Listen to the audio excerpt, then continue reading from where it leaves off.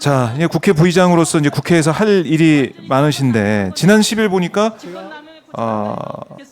한인 독립운동가들 유해 봉환 요구 기자회견을 하셨더라고요. 네, 네. 어떤 내용인지 좀 설명 좀 들을 수 있을까요? 그 나라를 광복하려고 독립하려고 싸웠던 분들, 네. 식민지 시대에 또 나라가 건국된 이후에 나라를 지키려고 싸웠던 분들, 또 올바른 민주주의를 위해서 희생했던 분들, 그 선조들을 기리자는 것이 우리 목표 아니겠습니까? 보훈부가 목표인데 그동안에 그 부분에서 해외에서 독립을 위해서 애쓰시던 분들을 우리가 소홀히 했어요. 지금 소위 식민지 시대 36년 동안에 국내에서 살지 못하고 저항하다가 얼마나 많은 국민들이 해외로 나갔습니까? 네. 미주로 나갔고 연해주로 나갔고 또 중국으로 나갔고 등등. 그런데 해방되고 나라가 만들어진 이후에도 그들을 제대로 우리가 먹고 살기 힘들어서 그랬겠지만 진상규명하지 못했고 네. 그들을 유해를 찾지 못했고 국내 후손들에게 되돌리지 못했어요. 봉환을 하지 못했어요. 아하. 그래서 이제 겨우 보훈부가 네. 조금씩 그리고 문재인 정부 때 더 열심히 했는데 불과 한 700여 명, 800여 명 그런 정도밖에 유해를 봉환하지 못했거든요. 근데 연해주, 그러니까 오늘날 소련이죠. 예. 극동 지방. 그때 그쪽에도 많이 우리 그 교포들이 올라갔습니다. 우리 이주민들이. 그런데 37년도, 8년도 이제 중일 전쟁 이후에 소위 태평양 전쟁, 네. 일본과 싸움이 벌어질 것 같으니까 연해주에 있던 우리 조선인들이 일본과 손잡을까 염려해서 그 당시 스탈린 아주 무단 통치하던 때 아닙니까? 그래서 소위 17만에서 8만여 명이 연해주에 살던 우리 동포들이 전부 중앙아시아로 끌려갑니다. 그래서 많이 죽고 현지에서 정착하다 죽고 했는데 그때 끌려가기 전에 이미 뚜렷한 독립운동을 했던 지사들, 지도자들을 한 만여 명을 죽였다고 합니다. 네. 처단하고 그리고 이제 끌고 간 거죠. 홍범도 장군도 그때 끌려간 거죠. 예. 그랬는데 그분들이 이제 1950년대 소위 스탈린 시대가 끝나고 후르시초프 시대 때 개방하기 시작하면서 소위 이제 이분들을 법적으로는 사면을 했대요. 소련 정부에서. 네. 그런데 법적으로 사면만 했지 이들을 진상규명해서 신원을 하거나 법적 신원을 하거나 또는 묘소를 찾아주거나 한 일을 전혀 하지 않았고 우리 정부도 손대지 않았고 네. 그래서 최근에 이제 유족들이 그 부분에서 지금 우리 정부에 호소하고 있는 거죠. 이제 그 러시아 치하에 소련 치하에 살던 그 희생당한 사람들을 진상규명 해달라. 네. 어떤 일이 벌어졌는지 소련 정부, 러시아 정부하고 협상해서 그 다음에 유해가 어디 있는지 찾아달라. 그리고 봉환해달라. 이런 요구예요. 해야죠. 해야죠. 중요한 일이네요. 네, 중요한 우리가 일이죠. 잊고 있지만은 이걸 통해서 우리 나라의 정말 독립을 위해서 또 우리 나라를 위해서 정말 애쓰신 분들 유해 봉환이 또 돼야 된다. 이 부분 최근에 보니까 윤석열 대통령이 이번에 갔다 왔잖아요. 중앙아시아 3개국. 근데 이제 우즈베키스탄 언론과 인터뷰에서 고려인 동포 지원을 확대하겠다 이렇게 얘기했던데 이건 어떻게 들으셨어요?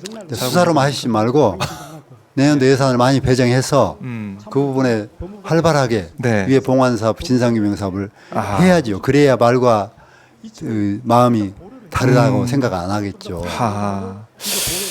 이 말과 행동이 따로따로 가면 안 되는데. 근데 홍범도 장군 한 예를 보듯이 그 수많은 사람을 봉환하기는커녕 네. 이제 봉환했던 홍범도 장군 하나의 흉상마저도 저렇게 함부로 취급하는 대한민국에서 예. 어느 해외 동포들이 믿겠습니까? 그렇네요. 자기들이 존대받는다고 생각하겠습니까? 그렇죠. 홍범도 장군은 사실은 그 현지 카자흐스탄에서는 그럼요. 정말 거기 지도자신데 예, 지도자였는데. 그때 우원식 의장님 말씀에 의하면 네. 그때 현지에서 반대하신 분들도 있었대요. 당신들이 가서 잘 모실 수 있냐? 네. 모시지도 못할 거면 아예 그 봉헌하지 말라. 하. 우리의 그 믿음이고 우리가 지켜야 될 분이다. 했는데 설득해서 문재인 대통령께서 모셔왔는데 이렇게 홀대받으면 해외 동포들이 대한민국을 어떻게 보겠습니까? 뿌리도 모르는 놈들, 고마움도 모르는 놈들. 너희를 위해서 우리가 그렇게 희생했는데 네. 이제 좀 먹고 살만하다 우리를 방치하느냐 이런 원망을 하지 않겠습니까? 그들이 남은 나라 사람이 아니잖아요.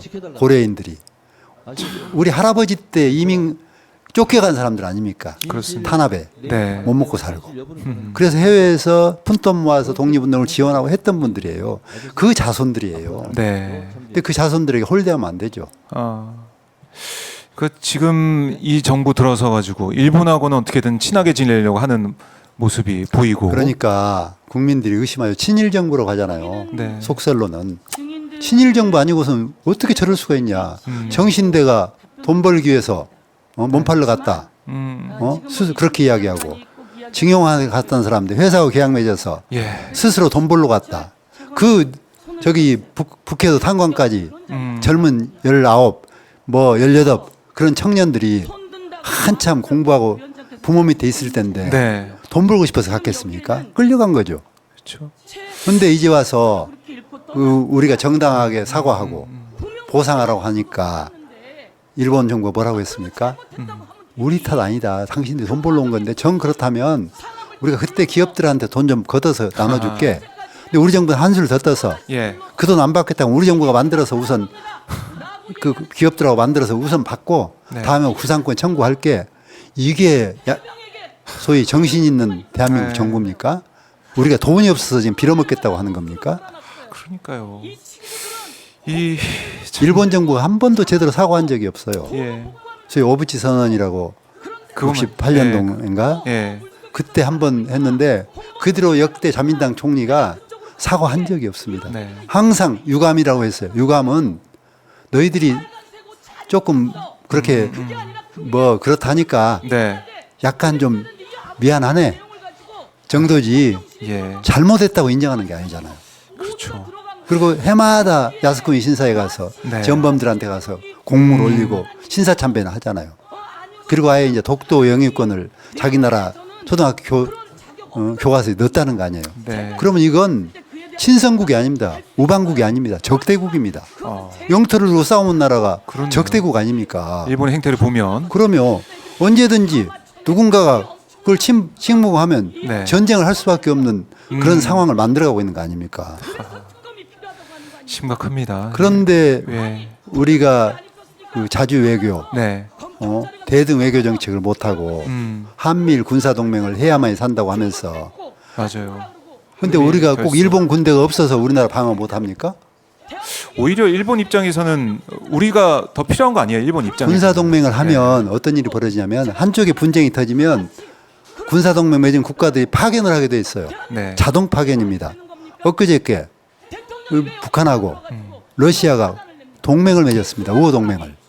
그건 진짜 심각한데요. 한쪽에 전쟁이 나면 네. 한쪽이 파견해야만 되는 거예요. 지원하겠. 지금 우크라이나하고 싸우고 있는데 네. 필요하면 우크라이나가 북한 군대가 갈 수밖에 없어요. 요청을 하면 그러면 러시아에서. 하하. 그러면 한반도는 어떻게 됩니까? 우크라이나에서 싸웁니까? 예. 그러니까 우리가 우리 무기를 줄 수 있다 이렇게 대통령실도 얘기를 하더라고요 우크라이나에. 근데 무기를 주면 적대 국가 아닙니까? 그래서 결국은 서로 외교의 기본이 뭡니까? 적들은 고립시켜서 약화시키고 우리는 연대해서 강화시키고 네. 이것이 국제사회 아닙니까? 그런데 그동안 소위 소련방 해체 이후에 어땠습니까? 그 무서운 냉전이 사라지고 핵전쟁의 위기가 사라지고 러시아가 하나의 그냥 일반적인 자유주의 국가로 됐어요. 네. 뭐 대통령제로. 가고. 그래서요. 예. 그래서 우리하고 상거래 했어요. 수출 많이 했어요. 우리 교민도 많이 그리고 가고. 굳이 북한하고 특별한 관계를 맺지 않았어요. 등거리 얘기했어요. 북한도 네. 자기 외교 관계 수립하고 우리도 수립하고 아하. 우리도 자유롭게 물건 팔 수 있고 그리고 대북 제재에 동참하고 있었어요. 그런데 누가 저렇게 몰아갔습니까?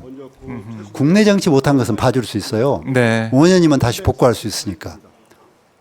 그런데 국제 정치, 외교 잘못한 것은 되돌릴 수가 없어요. 아. 한번 저렇게 북러가 동맹조약을 맺으면 우리가 대통령이 할 뽑아서 해결할 수 있습니까? 해체하라고 할 수 있습니까? 그렇죠. 할 수 없죠. 그동안 편안하게 잘 살던 북방에 나라가 따로따로 우리가 다자외교를 해서 살 수 있었는데 네. 이제 굳건하게 두 나라를 묶어준 거예요. 우리가 그러면 우리가 묶어준 거죠. 그렇네요. 누가 그걸 추동했습니까? 우리가 외교 잘했으면 그렇게 됐겠습니까? 왜 이렇게 만든 겁니까? 이 나중에 이것이 가져올 효과를 누가 감당합니까? 자, 북한의 위기가 터지면 소련군이 자동 개입하고 러시아군이 자동 개입하면 한미일이 가만히 있겠어요? 미국이? 그럼 군사 동맹, 군사 긴장이 높아지는 거죠. 6.25 때 생각도 나고. 그리고 다 핵을 가진 나라들 아닙니까? 예. 와, 오늘 부의장님 말씀 들으니까. 근데 이게 이런 보통이 잘못을 아니네요. 저지르고도 예, 예. 누구 하나 잘못했다는 사람이 없어요. 오히려 더 큰 소리 치는 것 같아요. 대통령 입장에서는 러시아가 어떻게 하는지 보고 우리의 뭐 무기 지원, 우크라이나 지원 그 수준을 결정하겠다. 뭐 이런 식으로 또 얘기하고 있더라고요. 아니 다 고립돼서 서로 외교하고 살던 나라들 왜 묶어주냐고요. 왜 빌미를 주냐고요. 네. 그렇게 적들은 관계를 끊어서 약화시키고 우리는 굳건하게 동맹을 맺어서 강화시켜서 네.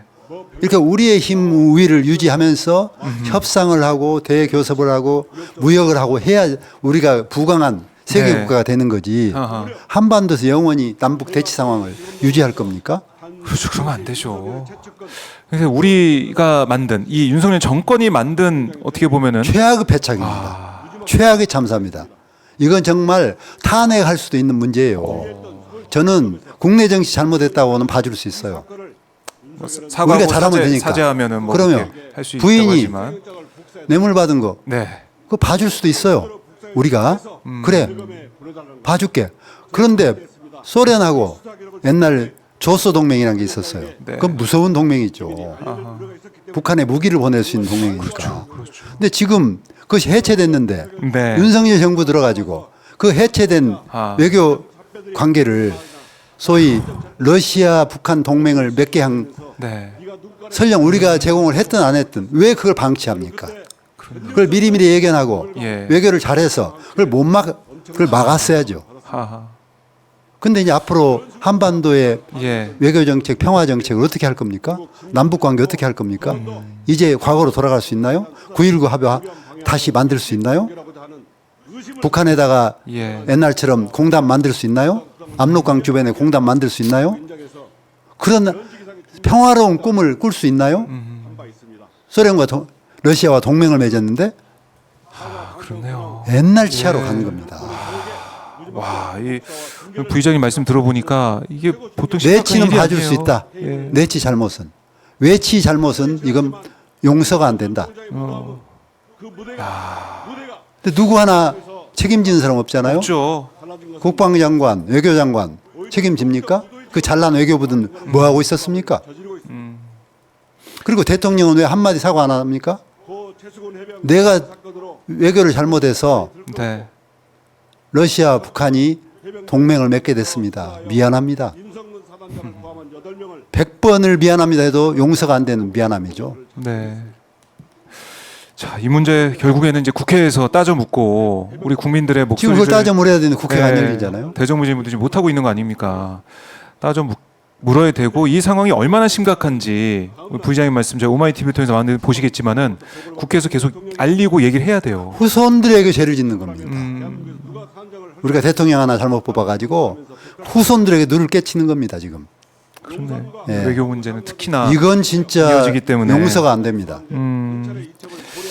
자, 지금 분노할 수밖에 없는 그런 상황을 우리 이화경 부의장님께서 설명해 주셨는데 아마 많은 분들이 공감을 하실 것 같고 22대 국회 뭐 아까 얘기했던 여러 가지 의혹들 진상 규명해야 되고 또 외교 문제 바로 잡기 노력을 해야 되고 또 하나는 바로 민생 아니겠습니까? 22대 국회 민생 국회가 되려면 어떤 지점을 더 살피고 노력해야 될지. 지금 코로나 시절부터 네. 우리 경제가 침체해서 다 견디기 힘들었잖아요. 특히 이제 골목상권, 소상공인들, 자영업자들이 가장 지금 위기에 몰려 있습니다. 그때 저희가 코로나 시대 문재인 정부 때 네. 처음에 7천만 원씩인가를 이게 그때 3년 거치 뭐 이렇게 분할 상환을 했는데 그때 네. 또 다시 늘렸죠. 아하. 그게 지금까지 지금 7, 8년 밀려오고 있습니다. 네. 근데 그 뒤로 이제 신용이랄지 가족 신용 끌어다가 또 더 부채가 늘어났습니다. 원리금 상환해야죠. 새로운 부채 이자 내야죠. 네. 아마 감당하기 힘들 겁니다. 아. 이 골목상권 자영업자들이 이 사람들이 어떻게 숨을 쉬게 해야 될지 이 정책 들여다보고 정말 과감하게 유예시키고 네. 살려는 놔야죠. 네. 이자도 탕감할 수 있으면 탕감하고 국가 재정을 들여서라도 이거 해야 됩니다. 그래서 다 죽어가는 골목상권 자영업자들 살려야죠. 네. 그들에 딸린 식구가 얼마입니까? 그래서 800만 잡고 네. 84, 32, 8이는 16. 네. 적게 잡아도 1600, 2000만. 그렇죠. 가족들이 생계가 달린 일입니다. 그래서 그거 빨리 네. 국회에서 대안 세워야 되고요. 내년 예산 잡아야 되고. 그다음에 청년들 우리가 아이 안 낳는다고 원망만 하지 말고 지금 일자리가 있어도 본인이 원하지 않아서 안 간 청년들도 있을 테고 네. 또 실제로 일자리가 없어서 그냥 30대 중반을 넘어서 40대까지 와버린 사람도 있을 테고 이 숫자 파악이 빨리 해서 네. 이들이 어떤 상태에서 지금 살아가고 있는지 정말 일본말로 히키코모리라고 하잖아요. 아, 예. 은둔자들 방에 예. 그런 사례가 많을 겁니다. 그래서 알바에서 그냥 근근히 먹고 살면서 부모 밑에서 얹혀 살고 있는 청년들 이들을 방치하고 우리 미래가 있겠습니까? 이들이 생산 현장으로 돌아올 수 있게 하는 것이 저출생 고민하는 것 이상으로 필요합니다. 네. 현재 살아있는 세대니까. 아, 그게 최소한 얼마나 많이 그럼요. 적체돼 있고 네. 일자리로 못 돌아가고 있는지 이런 데 대해서 대안을 만들어야죠. 그렇네요. 크게 두 가지 말씀하셨어요. 자영업자 문제, 청년 문제.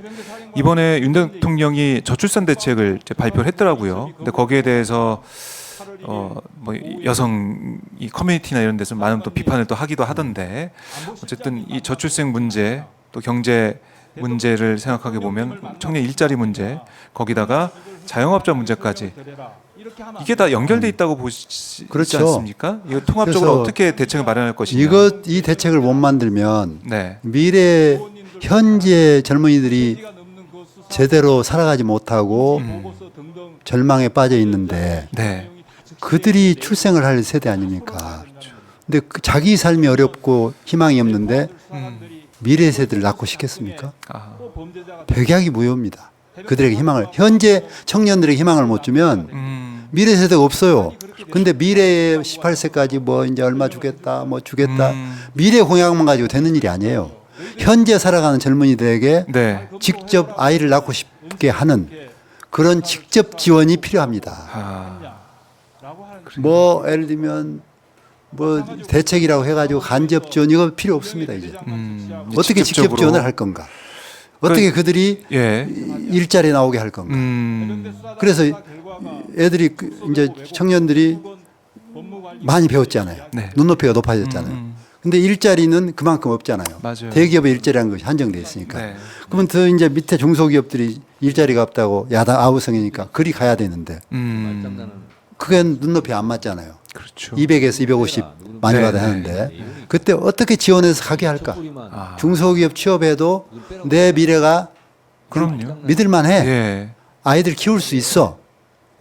주택 걱정 안 해도 돼. 그렇게 지원이 들어가야 소상공인들이 살아나고 거기에 또 일할 사람이 들어가고. 그렇죠. 아, 그다 근데 이걸 방치해버리면 네. 경쟁에서 이길 수 있겠습니까 대기업하고? 자, 오늘 우리 이하경 부의장님하고 여러 현안과 또 민생 또 외교 문제까지 얘기를 나눠봤는데 기운이 빠지네요. 기운이 빠져요. 이 기운 낼 수 있게 네. 그리고 우리 국민들이 희망을 가질 수 있게 지금 믿을 곳은 입법부 국회밖에 없어요. 국회에서 논의하겠습니다. 고민하겠습니다. 국회가 정말 열심히 일을 하고 국민들의 목소리를 다 귀담아 듣고 그냥 반영을 해야 되고 그런 입법 활동을 해야 된다. 다시 한번 다짐하고 생각하게 되는데요. 그래서 특히 민주당 그리고 이제 국회 의장단의 역할도 중요하다 이런 생각을 해봅니다. 예. 저희 오마이TV에서 시청자분들과 계속해서 활동하시는 모습 저희가 지켜보겠고 특히 원구성이 언제 되느냐 이게 너무나 궁금해서 다음 주에는 해야 된다고 봅니다. 다음 주에 해야 된다고 본다.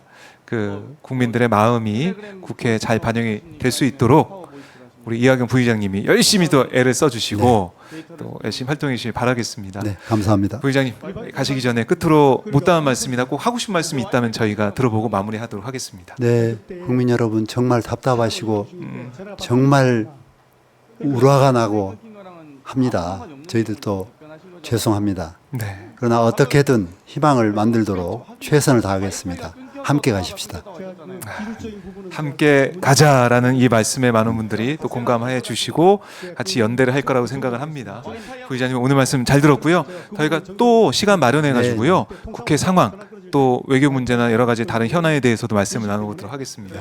오늘 말씀 잘 들었습니다. 고맙습니다. 고맙습니다. 감사합니다.